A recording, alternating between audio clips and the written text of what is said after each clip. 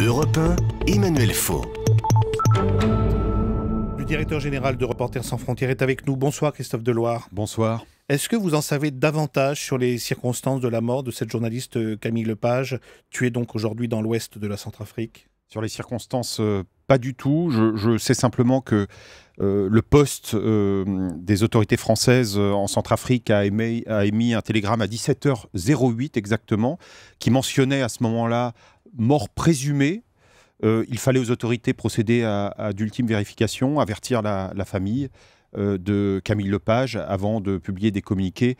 Comme le disait le porte-parole de l'armée, l'enquête, et espérons-le, l'enquête dira ce qui s'est passé. Parce que malheureusement, en matière d'assassinat de journalistes, le taux d'impunité des crimes et des criminels à l'encontre des journalistes est immense. Il y a, d'après l'ONU, plus de 90% des crimes commis contre les journalistes qui ne sont jamais élucidés. Et malheureusement, dans certaines régions du monde, cette absence de sanctions, elle est considérée par certaines parties prenantes, par des belligérants, comme une forme d'encouragement à viser les journalistes. Alors là, on est quand même dans les premières heures, mais on a quelques indications, puisqu'on parle de bande armée, et les officiels ont employé même l'expression de guet-apens tout à l'heure.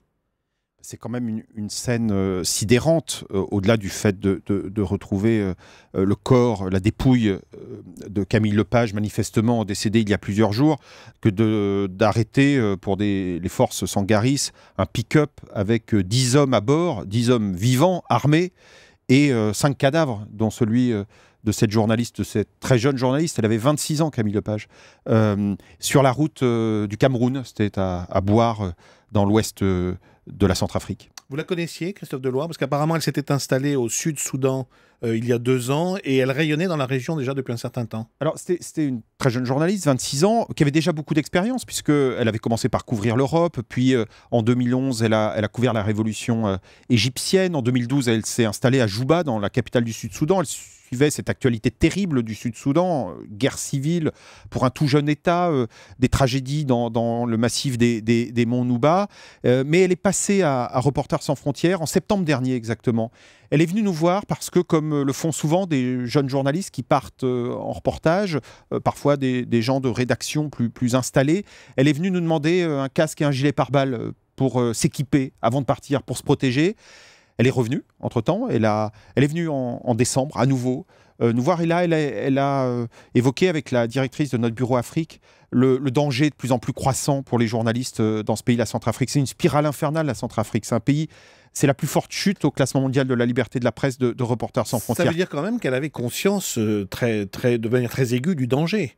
C'était une jeune femme qui avait beaucoup de courage, qui avait conscience du danger. Je crois que pour comprendre son état d'esprit, le mieux, c'est de se rendre sur son site internet. Son site internet, on peut y voir ses photos. Elle avait énormément de talent. À 26 ans, elle publiait déjà ses photos dans le journal britannique, le quotidien Le Guardian, dans le New York Times aux États-Unis, dans Le Monde en France, et dans tant d'autres grandes rédactions.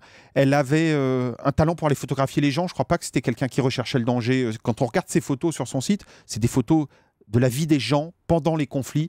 Ça n'est pas des photos simplement de combat. Quand on voit ces photos, on voit qu'elle n'était pas à la recherche du front. Et cette connaissance du terrain, ça peut expliquer, selon vous, Christophe Deloire, le fait qu'elle n'ait pas forcément averti ou indiqué qu'elle se rendait dans cette région pour faire ce reportage?